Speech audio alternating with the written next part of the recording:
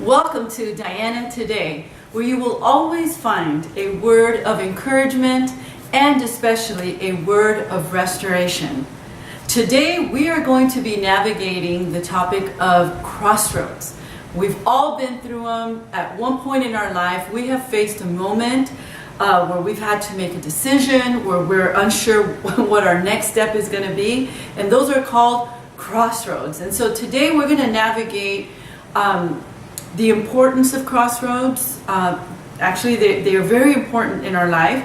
The difference between crossroads and dead ends and all of that good stuff. And so I want to start off with a story of something that happened to me in California. And when I think about crossroads and I think about dead ends, it's inevitable for me to think about this one particular situation. I was driving around LA, and it was a new area that I've never been in LA, and my girlfriend and I, one of my closest friends in California, she was driving, and we ended up like in a really dark, or kind of like a really bad area of town.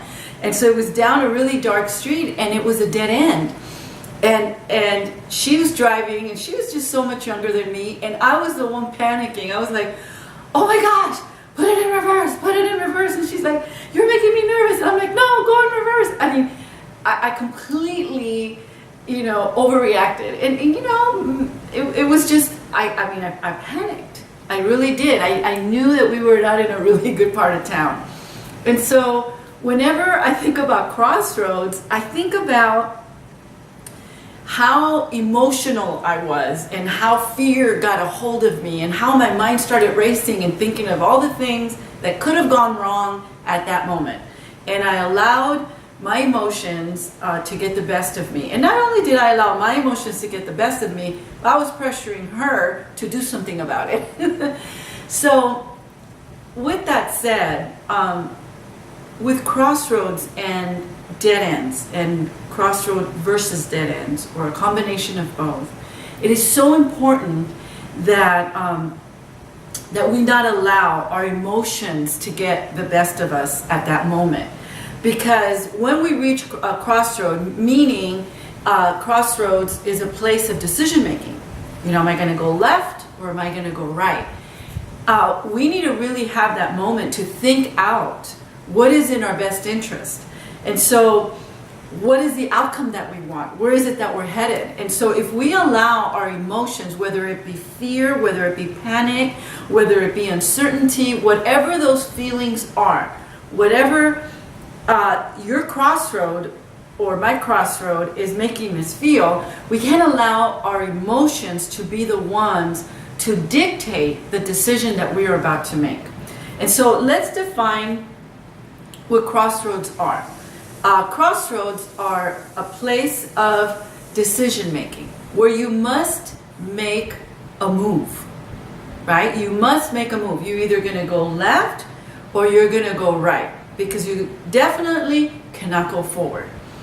And so these for me are milestones, milestone moments. And we all have it, because crossroads are part of growth. Crossroads are part of us changing things that need to be changed up in our life. It's impossible for us to grow, and it's impossible for us to succeed in anything without ever facing crossroad or a crossroad where we need to make a decision of, am I going to take this road or am I going to take that road? Because if we want to grow and we want to expand whatever it is that we're walking in, it will require at one point or another for us to reach a crossroads.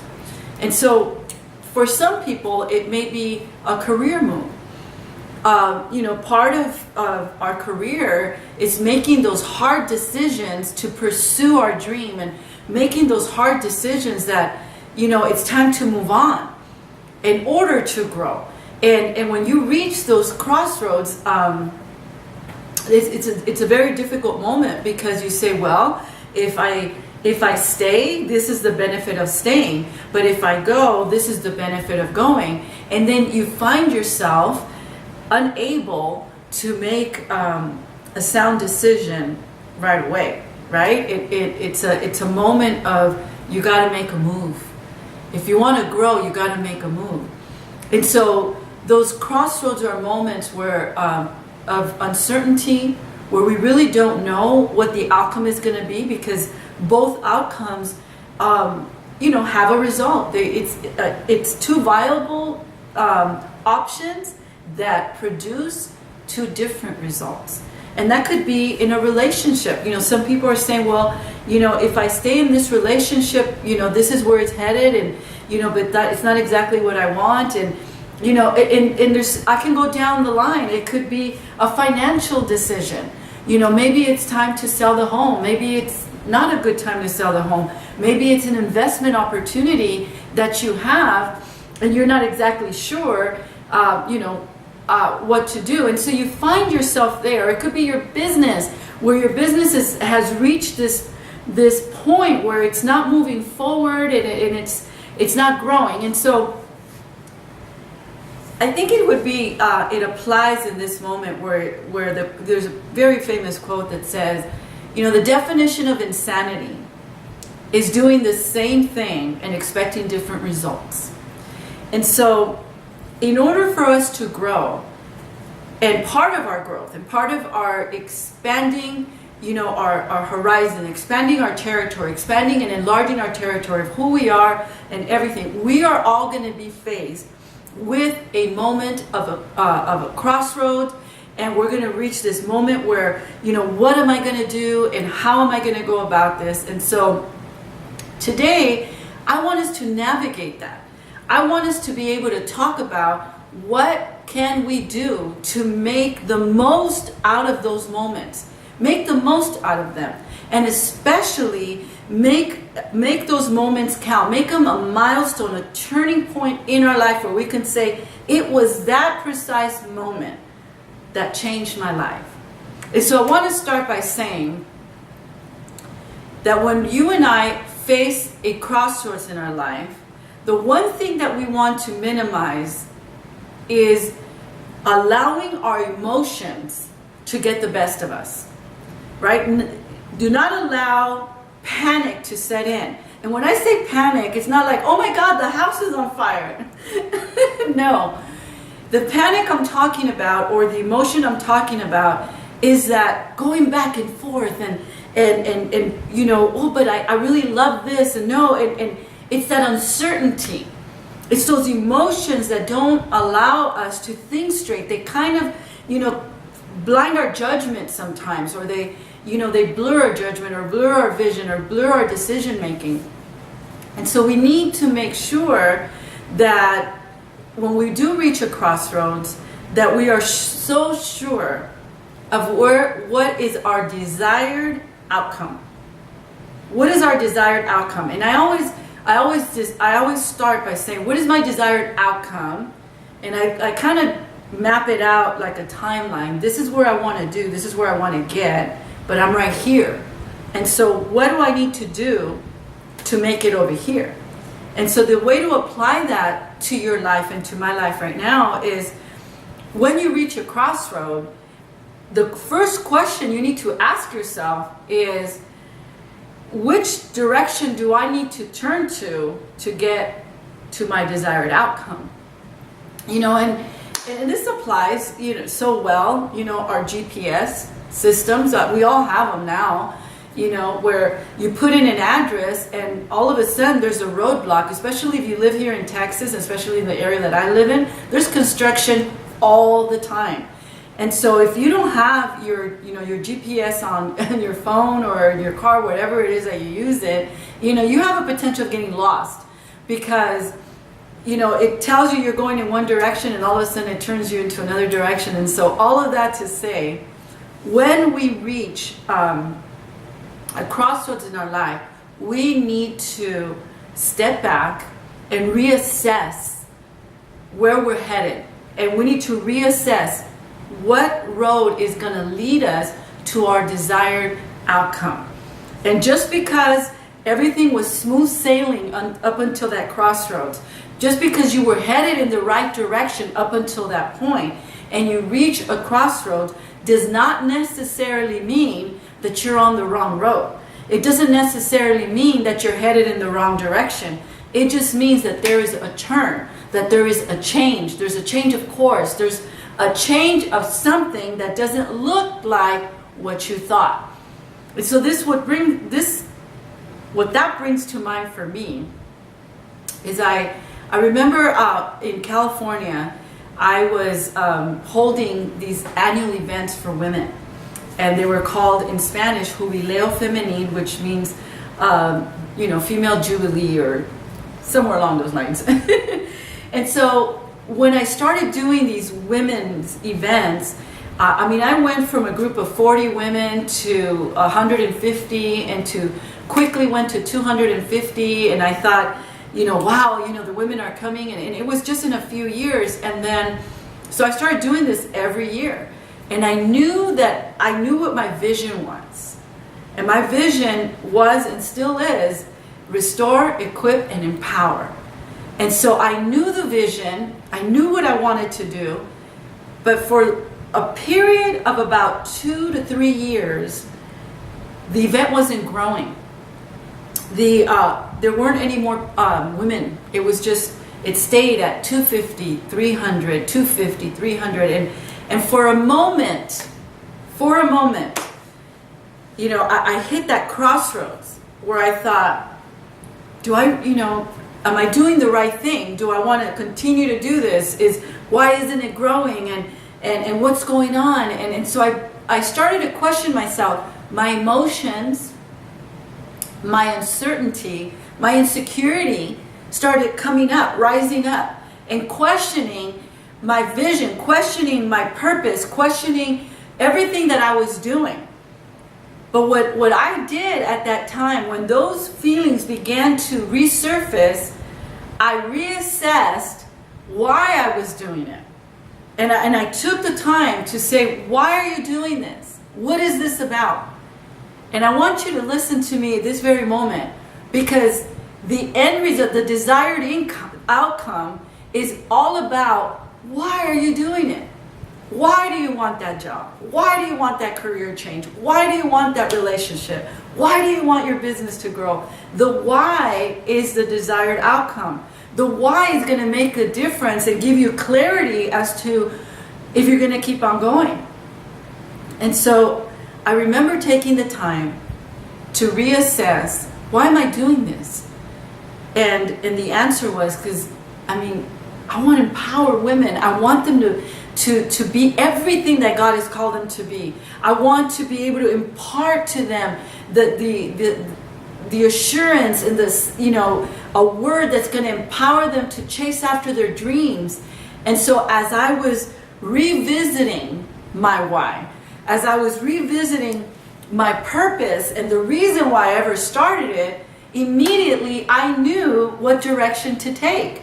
I knew I wasn't going to cut that out. I knew I wasn't going to say no to these events. I knew that at that crossroad that I was in, where I was considering just not doing it again, by revisiting my why, and by revisiting the reasons why I even started doing it, immediately I knew the decision I needed to make.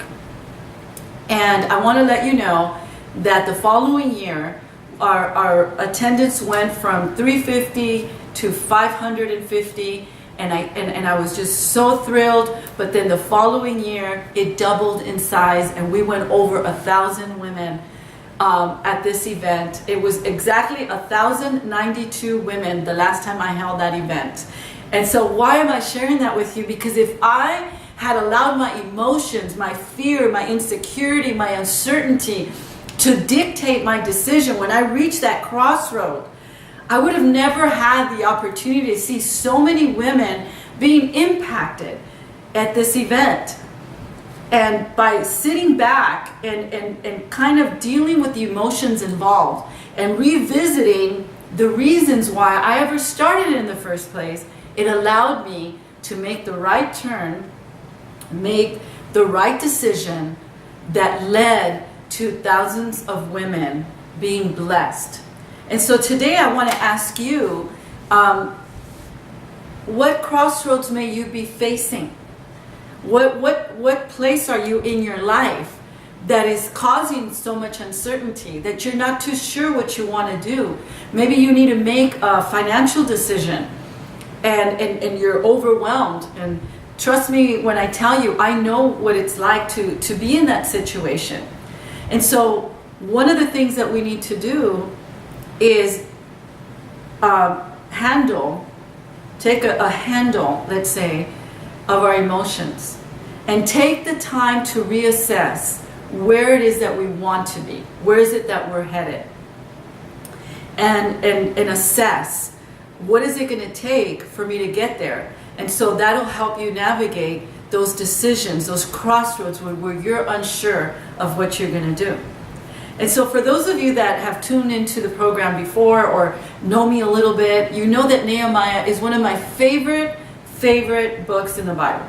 I love the book of Nehemiah because it's saturated with leadership strategy. It's saturated with just one person trusting in the power of God.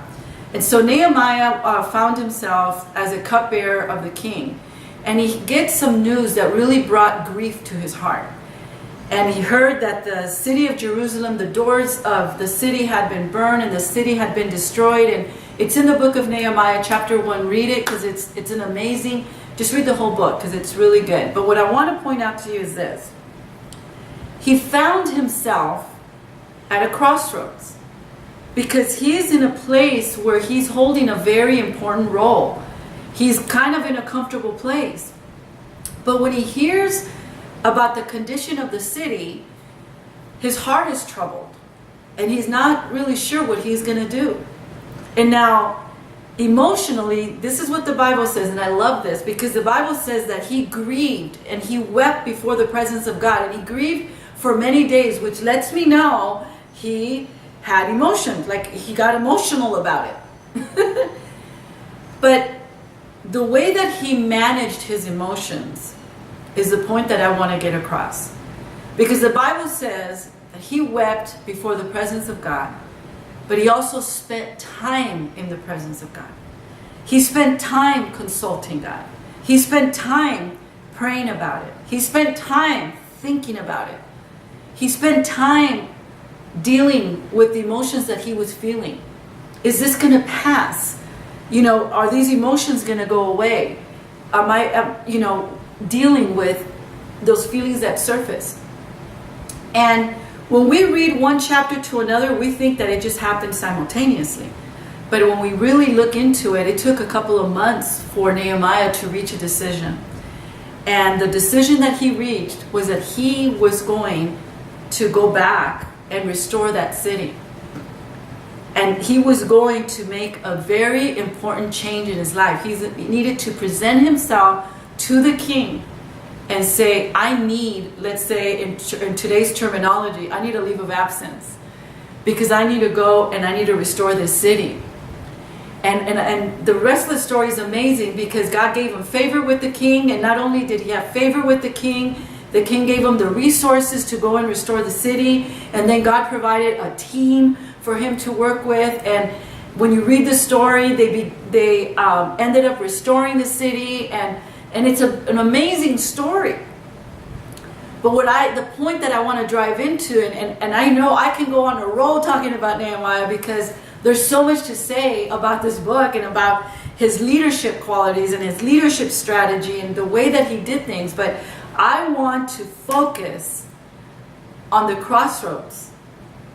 Had he just sat back and looked the other way, had he not taken the time to assess what is the desired outcome that I want, what is it that I want to do, the whole city would not have been restored.